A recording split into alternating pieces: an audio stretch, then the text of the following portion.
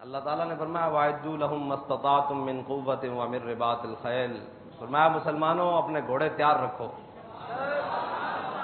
ان کو اسلام کے تھان پر باندھ کے رکھو، تُرْہِبُونَ بِهِ عَدُوَّ اللَّهِ وَعَدُوَّكُمْ، فرمایا ان سے اللہ کے دشمنوں کو بھی ڈراؤ اور اپنے دشمنوں کو بھی ڈراؤ، اور ان میں سے وہ دشمن ہیں جنہیں تم جانتے ہو اور وہ بھی ہیں جنہیں تم نہیں جانتے، اللہ جانتا ہے۔ اور اسلام کے تھان پر بڑا گھوڑا باندھنے والا مرد مجاہد جس کا نام ڈاکٹر عبد القدیر خان ہے، اور اس نے اسلام کے تھان پر اتنا بڑا گھوڑا باندھا ہے کہ اس گھوڑے کو چلانے کے لیے اب کوئی صلاح الدین ایوبی کا وارث چاہیے،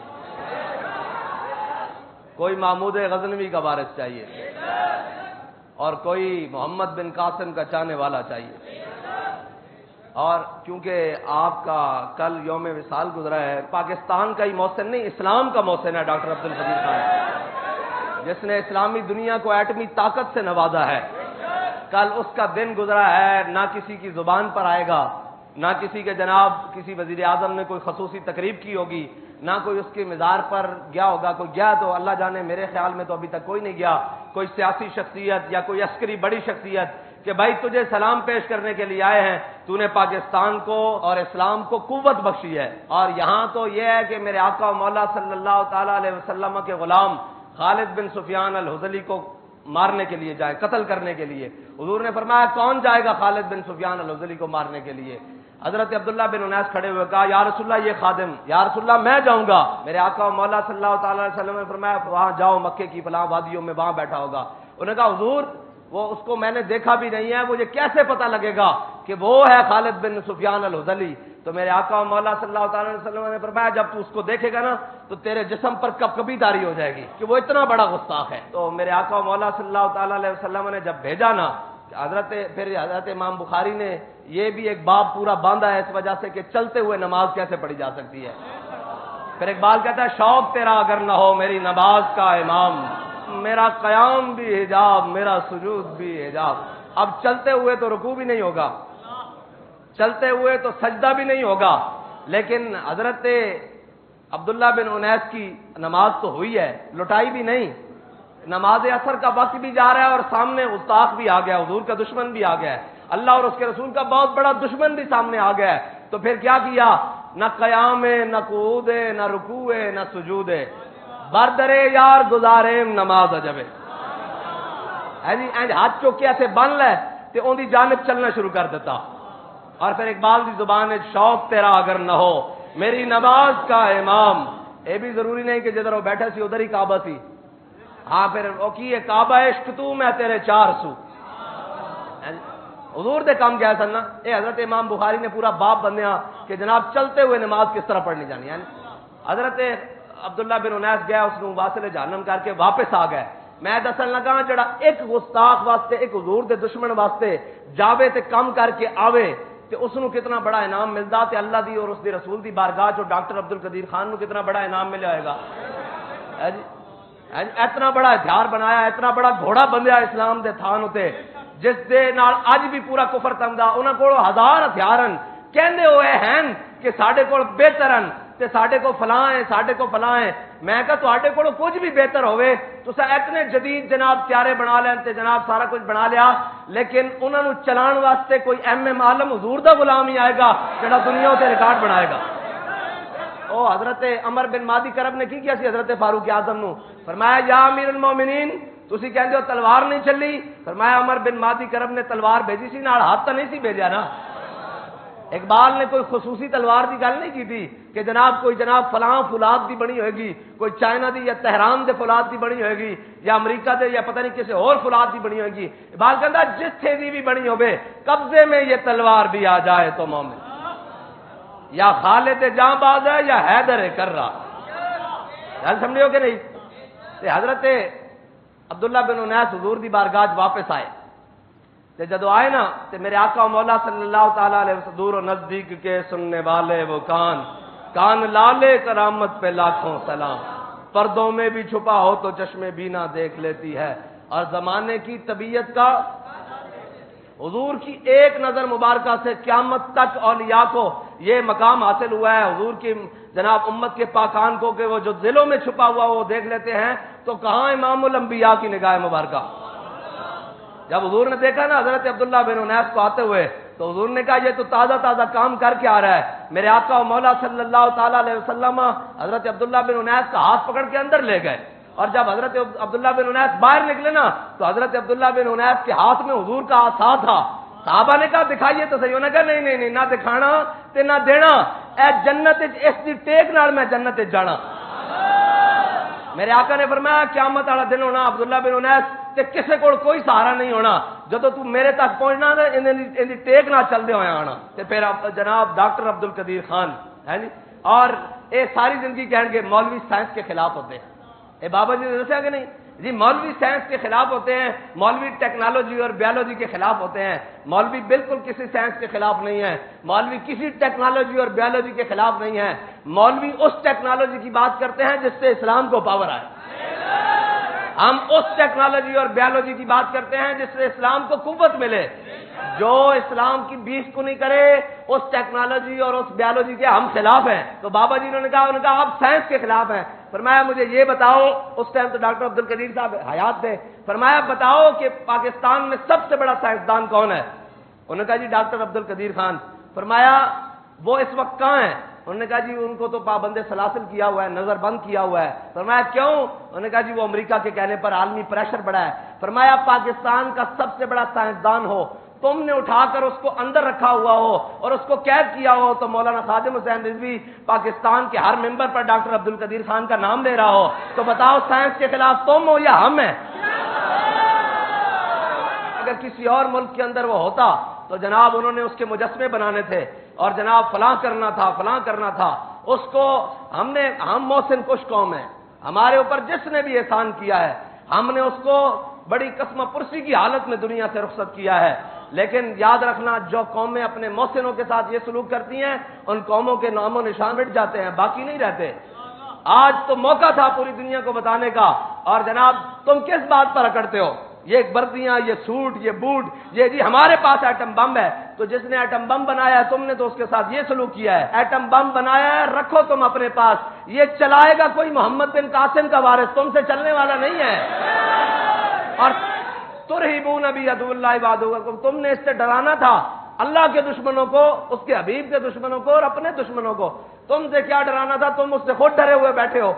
پوری دنیا اس کے رول بیک کرنے پر تیار ہے اور تمہیں قرضوں کے اندر دبا کر کہتی ہے کہ تم اس کو رول بیک کرو، اس کو بند کرو۔ وہ چاہتے ہیں کہ ان سے یہ ختم ہو جائے، لیکن انشاءاللہ یہ تو پھر پاکستان، بابا جی کہا کرتے تھے اللہ کے رازوں میں سے ایک راز ہے، پاکستان اللہ کے رازوں میں سے اس نے انشاءاللہ قائم رہنا ہے، اور انشاءاللہ پاکستان ہی سے اسلام کی نشاط ثانیہ کا کام ہوگا۔ ابھی تو یہ روتے تھے کہ جناب پاکستان کے اندر یہ جہاں جائیں تو بچے آگے سے لبیک کہتے ہیں، تو آپ لبنان میں بھی جاؤ گے تو آگے سے وہ لبیک ہی کہیں گے، اور کیا کہیں گے انہوں نے۔ تم یہاں نام لینے سے روتے تھے، یہ بات تو بڑی بڑھ گئی ہے آگے، وہ تو برستے بمبوں میں بھی لبیک یا رسول اللہ کہتے ہیں۔ حضور کی امت حضور کے در رحمت پر واپس آ رہی ہے۔ وہ اقبال نے کہا نا، کہتا ہے نغمہ کجا من کجا ساز سخن بہانہ اس سوئے قطار می کشم ناکائے بے زمام را۔ یا رسول اللہ میں کتھے تے بڑیاں بڑیاں گلاں کتھے تے بڑے بڑے شعر کتھے تے غزلاں کتھے تے نعتاں کتھے تے حمداں کتھے تے بیت کتھے قافیہ کتھے ردیف کتھے۔ یا رسول اللہ سوئے قطار می کشم ناکائے بے زمام را۔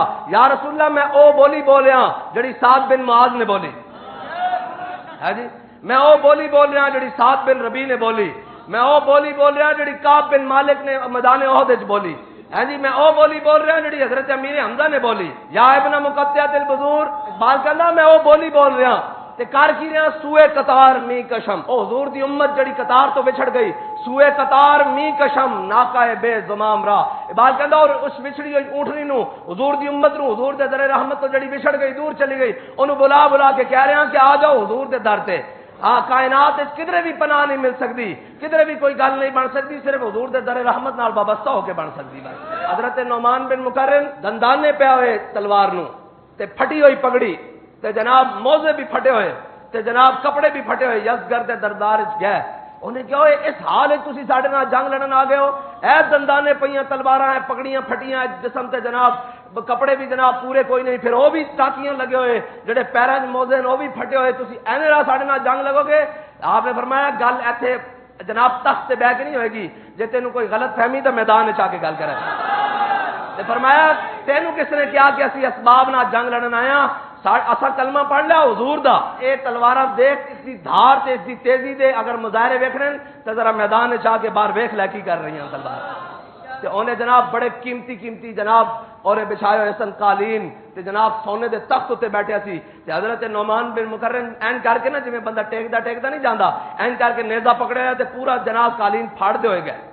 فرمایا ساڈی نظر وچ سونا تے مٹی برابر ہو گئے۔ تے پھر حضور دے غلام ہر گل نہ مزہ لیندے، انہوں نے کیا ذرا شرارت کری، انہوں نے کیا اے جناب کچھ تحفے تے کچھ مٹھائی ہے، اے جناب شیرینی ہے، اے لے جاؤ تے جناب اپنے سالار نو پیش کرنا۔ تے انہیں آپ نو 2 ٹوکرے دیتے، جدو آپ نے ہاتھ پایا نا تے آپ تو سمجھ گئے اس کے اندر پتھر اور مٹی سی، تے آپ نے خوشی نال چک کے سر تے رکھ لے۔ تے جدو مسلمانوں دے لشکر دے ول گئے نا تے جدو سامنے لشکر آیا تے خوشی نال ٹوکرے رکھ کے آوازاں دینی شروع کر دیا۔ انہوں نے کہا مبارکاں ہون مبارکاں ہون۔ انہوں نے کہا کس گل دی مبارکاں؟ انہوں نے کہا جنگ لڑن آئے سا مٹی انہاں اپنے حوالے کر دیتی ساڈے اپنے آپ، تے بس ہن قلعے انہاں ساڈے حوالے کر دینا۔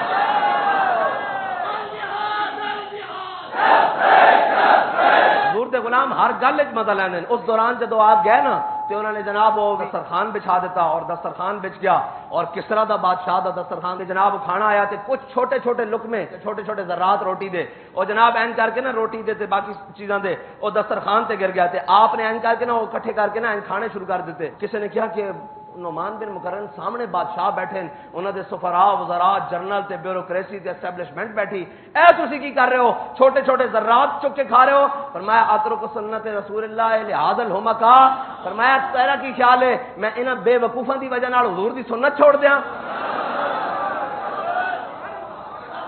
میں ایک کیا سی نا کہ حضور نے فرمایا جنہیں دنیا جمع کیتی اندے عقل ہے ہی کوئی نہیں۔ اے حضرت نعمان بن مقرن نے بے وقوف انہوں نے اس بنیاد سے کیا کہ اے تو بے وقوف ان دنیا دا مال جمع کیتی بیٹھے ہیں، اسی عقل مند ہے جڑا سارا کچھ ترک کر کے حضور دا دین لئی پھرتے ہیں پوری دنیا سے۔ اس واسطے حضور دے غلام جس حال وچ بھی ہون تے وہ لطف لیندے۔ حضرت خواجہ غلام فرید آپ حج تے گئے نا تے رستے ڈاکو پہ گئے، سارا سامان لٹ لیا حضرت خواجہ غلام فرید دا۔ جدو لٹ لیا نا تو لٹ کے جان لگے نا واپس سواریاں بھی لے لیاں، خورد و نوش دا سامان بھی جتنا زیادہ رات ہی سارا لٹ لیا۔ تے خواجہ عاشق ہوندا نا وہ ہر لمحے مزہ لیندا، جویں بابا جی نو جناب چڑیاں تو تھلے لے کے جا رہے سن تے بابا جی مسکرا پے، عاشق ہر گل وچ مزہ لیندا۔ حضرت نعمان بن مقرن نے سر تے ٹوکرا رکھیا مٹی دا تے مسکرا پے، تے جناب عاشق ہر حال وچ۔ بابا جی نے انہیں کہا جی بابا جی مسکراندے کیوں؟ فرمایا جنہاں واسطے اسی کر رہے ہو سانو ویکھ رہے ہیں، جنہاں واسطے تو کر رہے ہو سانو نہیں دیکھ رہے۔ عاشق ہر گل دا مزہ لینا۔ خواجہ غلام فرید نو جدو انہوں نے مارے جان لگے نا تے خواجہ صاحب نے روک لیا، فرمایا ذرا رکو ہن ساڈی گل بھی سنو۔ انہوں نے کہا جی کی گل ہے؟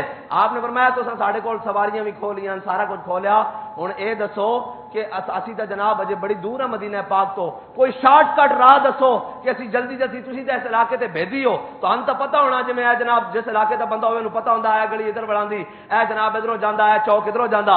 آپ نے فرمایا یار سانو راہ دسو جلدی کہ اسی جلدی جلدی مدینہ پاک پہنچ جائیے۔ وہ جناب اس علاقے تے بھیجی سن ڈاکو جے سن، انہوں نے کہا اے فلاں پہاڑ ہے اس تو جناب سجے ہونا اترنا اگوں این کر کے ہونا تے سامنے مدینہ پاک آ جائے گا۔ تو وہی گل بنی جدو خواجہ صاحب ٹرے تو شام ہون تو پہلے پہلے مدینہ پاک سامنے آ گیا، حالانکہ 2 دن دی مسافت تھی۔ تے خواجہ صاحب نے سارا کچھ پیچھے چھڈیا تے نس کے حضور دی بارگاہ پہنچ گئے۔ معاجہ شریف کے سامنے آگے عرض کرنے لگے تیرے بدوی مریندے ہیں لٹیندے ہیں کٹیندے ہیں پر جھٹ تیرے کول مدینے پہنچیندے ہیں۔ عاشق نا پھر عاشق نا عاشق ہر گل وچ مزہ لیندا۔ فرمایا ماریا بھی ہے لٹیا بھی ہے کٹیا بھی ہے حضور شکایت نہیں پر جھٹ تیرے کول مدینے پہنچیندے ہیں، میں اس لٹن پٹن کٹن تو قربان۔ کیا یا رسول اللہ اس کٹ دا بھی مزہ آ گیا، ہر چیز لٹان دا بھی مزہ آ گیا کیونکہ انہاں جھٹ تہاڈے کول مدینے پہنچا دیتا۔ عاشق جڑا نا عاشق او جناب بہار اقبال کہندا یہ نغمہ فصلے گلو لالا کا نہیں بابا، بہار ہو کے خزاں لا الہ الا اللہ۔ ہاں جدو حضور دا عشق آ جائے گا نہ تو فقیری اوکھی لگدی نہ تو امیری اوکھی لگدی، ہاں جی نہ تو میانہ روی اوکھی لگدی، کائنات دا ہر کام اوکھا نہیں لگدا۔ جے حضور دے در تو دائیں میں پھر گئے پھر کے گلی گلی تباہ ٹھوکریں سب کی کھائے کیوں، دل کو جو عقل دے خدا پھر تیری گلی سے جائے۔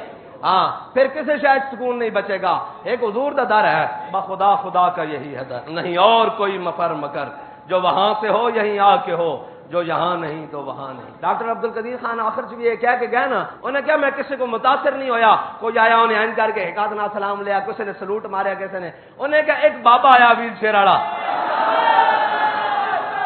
ہے جی، ہزاراں نہیں لکھاں کروڑاں تے دلاں دی دھڑکن بھی ہوئے، ہے جی، خود شیخ الحدیث بھی ہوئے، جناب شیخ القرآن بھی ہوئے، اور حافظ اقبال بھی ہوئے، حافظ اعلی حضرت بھی ہوئے، اور وقت امیر المجاہدین بھی ہوئے، جس کی ایک نگاہ فیض دے نال ہزاراں جناب پیمانے تڑپ کے رہ جان۔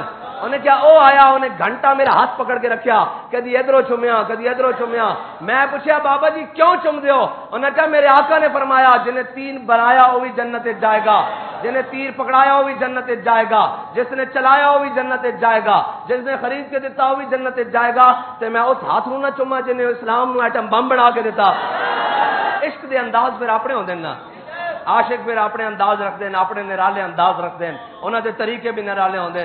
اقبال کہندا عاشقاں نے او ز خوباں خوب تر، اقبال کہندا جڑا حضور دے عاشق ہون خوباں خوب تر، او سونے نال بھی سونے ہو جاندے، جناب وڈے نال بھی وڈے ہو جاندے، سمجھداراں نال بھی سمجھدار ہو جاندے، اچے نال بھی اچے ہو جاندے۔ کہندا عاشقاں نے او ز خوباں خوب تر، خوش ترو زیبا ترو محبوب تر۔ اقبال کہندا پھر انہاں تو سونا بھی کوئی نہیں ہوندا، انہاں دی گل نالوں چنگی کسے دی گل بھی نہیں ہوندی، تے اقبال کہندا دلاں وچ سب نالوں زیادہ انہاں دی ہی محبت ہوندی پھر۔ عاشقاں او ز خوباں خوب تر، خوش ترو زیبا ترو محبوب تر۔ بس حضور دی غلامی، حضور نال پیار تے انے واہ پیار تے جڑی شے نہ بھی کرنا، بس وہ حضور دی وجہ نال کرنا، بس جڑی شے نہ اولاد نال بھی کرنا تے کہنا امام الانبیاء نے این تلقین فرمائی ہے جی، اور مال نو اللہ دی راج خرچ کرنا تے این کہنا حضور نے فرمایا۔ پھر اس واسطے کہ تیری ہر ادا پہ ہے جاں فدا، مجھے ہر ادا نے مزہ دیا، کوئی تجھ سا ہوا نہ ہوگا شہا، تیرے خالق کے حسن و ادا کی قسم۔